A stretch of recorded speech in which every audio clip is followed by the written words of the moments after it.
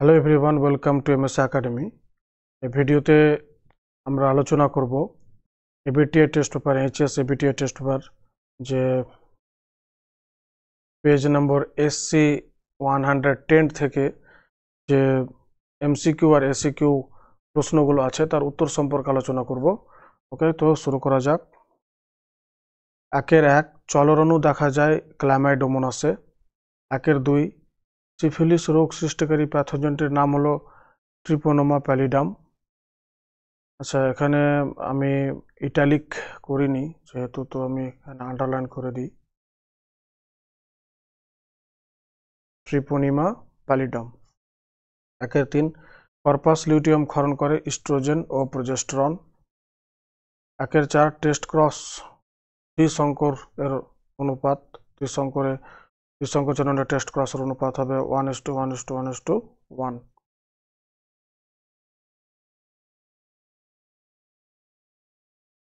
4 নিম্নলিখিত উৎসেচকের মধ্যে কোনটি কনভার্জের উৎসেচক নামে পরিচিত? এটা হবে ডিএনএ পলিমারেজ 1।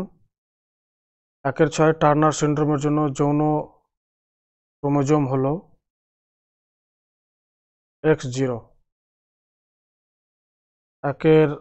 7 ডাইনোসরের স্বর্ণযুগ অথবা সরীসৃপের যুগ কাকে বলে? এটা হবে মেসোজোইক। 8 ডিপ লিটার পদ্ধতিটি নিম্নলিখিত কোনটির সঙ্গে সম্পর্কিত? এটা হবে পোল্ট্রি ফার্মের সঙ্গে সম্পর্কিত। 9 প্রদত্ত কোনটি ম্যাটারনাল অ্যান্টিবডি নামে পরিচিত? এটা হবে IgG, কারণ এটি প্লাসেন্টা অতিক্রম করে আসতে পারে। 10 কোনটিকে আণবিক কাঁচি বলে? এটা হবে রেস্ট্রিকশন এন্ডোনিউক্লিয়েজ। 11 PBR 322 নামকরণে পি স্ট্যান্ডস ফর, পি বলতে বোঝায় এটা প্লাজমিড হবে। 14 মিনামাটা রোগটি হয় যে ধাতব দূষণের ফলে, সেটি হলো পারদ বা HG।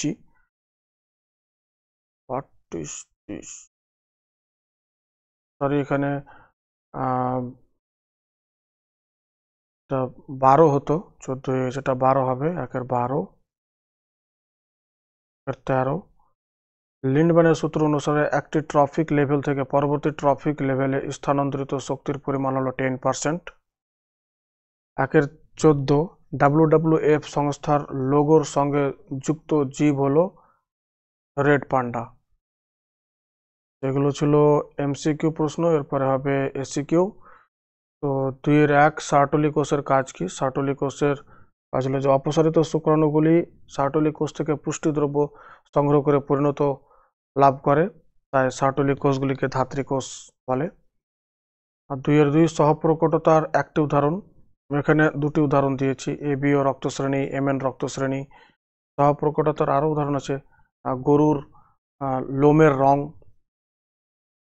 একটা চেয়েছে পরীক্ষা, যদি এরকম আসে তো একটাই লিখবো আমরা।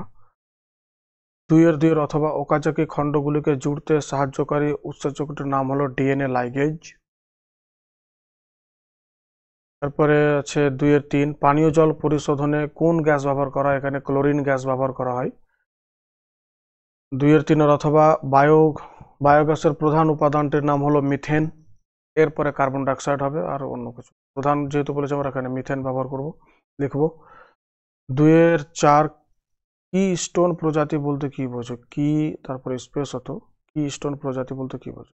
যখন কোনো বাস্তুতন্ত্রে বিশেষ কোনো একটি প্রজাতির অবলুপ্তি সামগ্রিকভাবে ওই বাস্তুতন্ত্রের ধ্বংসের কারণ হয়ে ওঠে, তখন ওই প্রজাতিকে আমরা কি স্টোন প্রজাতি বলবো।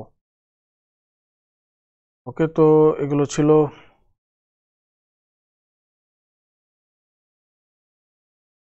এমসিকিউ এবং এসিকিউ পেজ নম্বর 110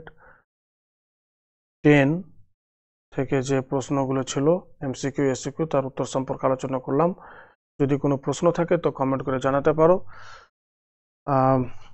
ভিডিওটি দেখার জন্য ধন্যবাদ। দেখা হবে আবার নেক্সট ভিডিওতে।